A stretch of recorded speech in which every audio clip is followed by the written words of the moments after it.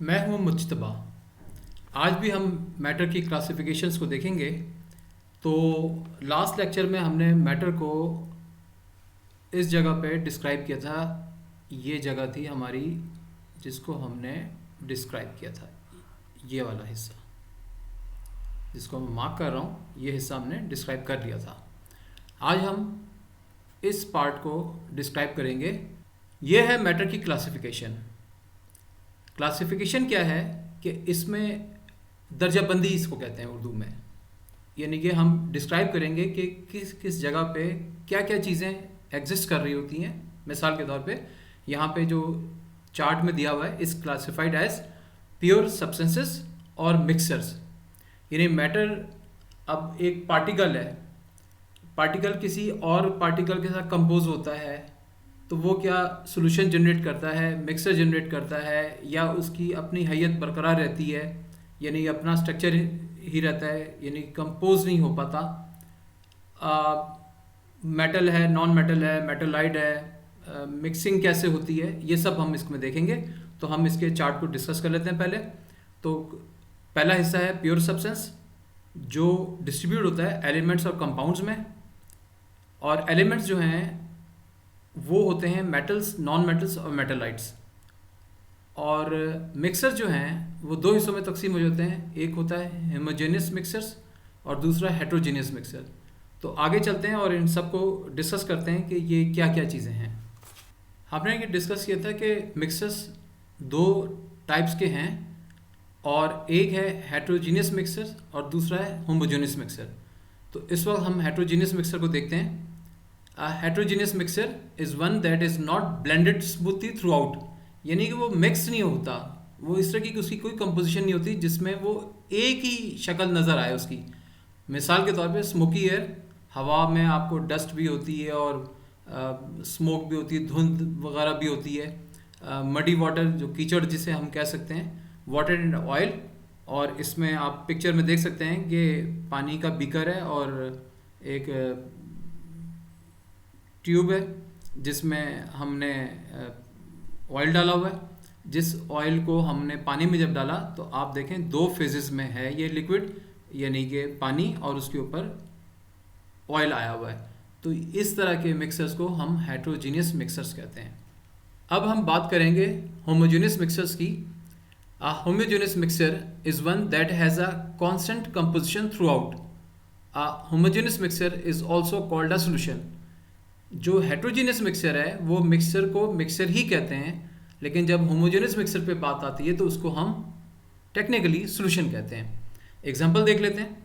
Sugar in water, यानी कि sugar अगर पानी में, चीनी अगर पानी में डाली जाए और वो वैसे ही रखी जाए तो वो हेट्रोजीनियस होगी उस वक्त। जब उसको स्टिर कर लेंगे, हिला लेंगे, मिक्स कर लेंगे तो वो एक फेज सोल्यूशन कहलाएगा, और वो कहलाएगा शुगर इन वाटर, यानी कि इस अंदाज का कि वो आपको मीठा पानी मिलेगा लेकिन आपको चीनी उसमें नज़र नहीं आएगी।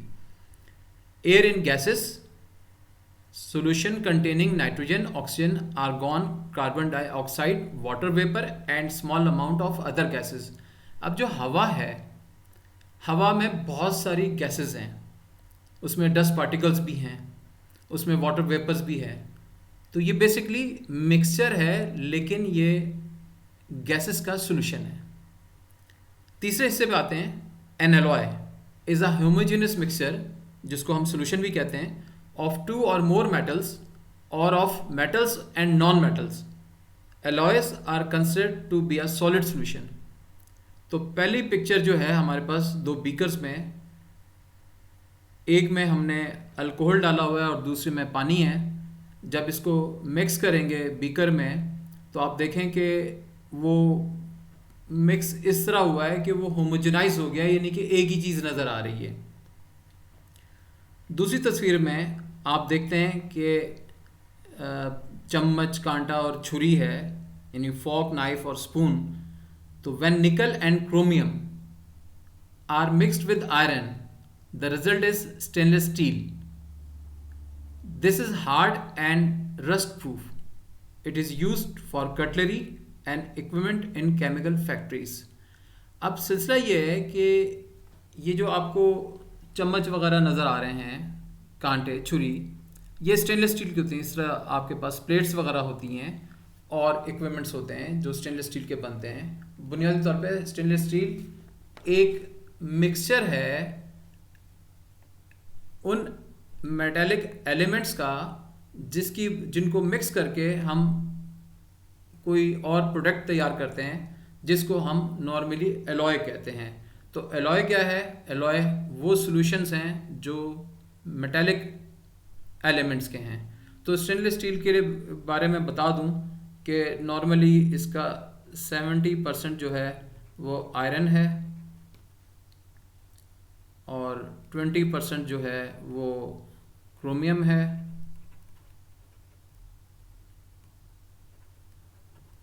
और 10% जो है वो निकल है। इसमें वेरिएशन भी हो सकती है, लेकिन स्टैंडर्ड यही है। हमारी पहले हिस्से की जो एक्सप्लेनेशन हेट्रोजीनियस और होमोजीनियस मिक्सर्स के हवाले से थी वो कंप्लीट हो गई। मैटर के दूसरे पार्ट पे हम एलिमेंट्स और कंपाउंड्स पर आते हैं। तो पहले हिस्से में हम एलिमेंट्स को डिस्कस कर लेते हैं। An element is a substance that can not be separated into simpler substances, यानी इससे ज़्यादा सिंपलर सब्सटेंस होता ही नहीं है। एग्जाम्पल के तौर पे ऑक्सीजन, नाइट्रोजन, ये हमारे पास गैसेस स्टेट में है। कार्बन, सल्फर, ये हमारे पास सॉलिड स्टेट में नॉन मेटल है। एल्यूमिनियम, आयरन एंड गोल्ड, ये हमारे पास मेटल एलिमेंट्स हैं, आर एलिमेंट्स, यानी कि ये एलिमेंट्स गैस स्टेट में, सॉलिड स्टेट में, सॉलिड स्टेट में किस सेंस में कि नॉन मेटल्स और मेटल्स हैं।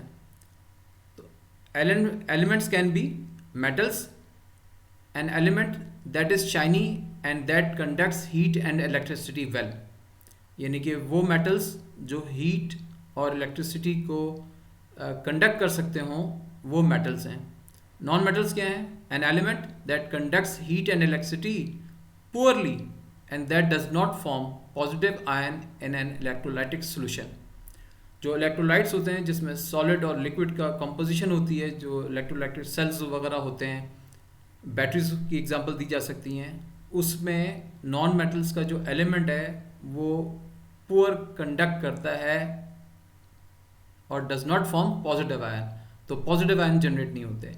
मेटलाइट्स क्या हैं? An element that conducts heats and electricity moderately well and possesses some properties of metals and non metals. तो मेटलाइट्स जो हैं वो मेटल और नॉन मेटल के बीच की जगह है। मिसाल के तौर पे सिलिकॉन हो सकता है, और भी हैं, तो फर्दर क्लासेस में इसको प्रॉपर्ली डिस्कस करेंगे। तो आप पिक्चर में देखेंगे कार्बन और सल्फर ये नॉन मेटल सॉलिड्स हैं। नीचे आप देखते हैं कि गोल्ड, कॉपर, एल्युमिनियम। कॉपर जो है वो वायरिंग के काम आता है, यानी कि बहुत अच्छी इलेक्ट्रिसिटी को क्रॉस करवा सकता है। गोल्ड जो है वो नॉन रिएक्टिविटी होती है उसमें और एक अच्छा एलिमेंट है। और एल्युमिनियम को जो इस्तेमाल करते हैं नॉर्मली, वो रैपिंग फूड वगैरह और बाकी चीज़ों के काम आता है। तो ये मेटल्स की फॉर्म में है। एलिमेंट्स के बाद हम कंपाउंड पर आते हैं। A compound is a substance that consist of 2 or more elements chemically combined. Compound has properties that are different from those of elements of which it is composed. यहाँ पर यह कहा गया है कि कंपाउंड ऐसे 2 एलिमेंट्स जो डिस्टिंग्विश एलिमेंट्स हों, उनकी केमिकली कंपोजिशन इस तरह की हो कि जो उसका अपनी हैयत है, यानी अपनी जो उसकी प्रॉपर्टीज़ हैं एलिमेंट की, जब वो 2 डिफरेंट एलिमेंट्स कंबाइन हों तो वो अपनी प्रॉपर्टीज़ लूज़ कर देंगे और नई प्रॉपर्टीज़ के साथ सामने आएंगे, जिसको हम कंपाउंड का नाम देते हैं। मसलन एग्जांपल के तौर पे हम यहाँ पे जो बता रहे हैं वो हाइड्रोजन ऑक्सीजन की बात कर सकते हैं। जब वो दोनों गैसेस जब रिएक्ट करती हैं तो उनकी अपनी एक प्रॉपर्टीज़ हैं, लेकिन जब वो कंपोज हो जाती हैं केमिकली तो पानी की सूरत में होती हैं और पानी की प्रॉपर्टीज़ डिफ़र करती हैं उन गैसेस से। एक मिसाल और ले लेते हैं, जो पिक्चर हमारे पास है उसमें सोडियम क्लोराइड, जो टेबल सॉल्ट या नमक कहते हैं, उसमें सोडियम मेटल है और क्लोरीन गैस है। जब इन 2 को केमिकली प्रोसेस किया जाएगा तो ये टेबल सॉल्ट बन जाएगा और यहाँ पर आप देख सकते हैं कि ये टेबल सॉल्ट आपको नज़र आ रहा है।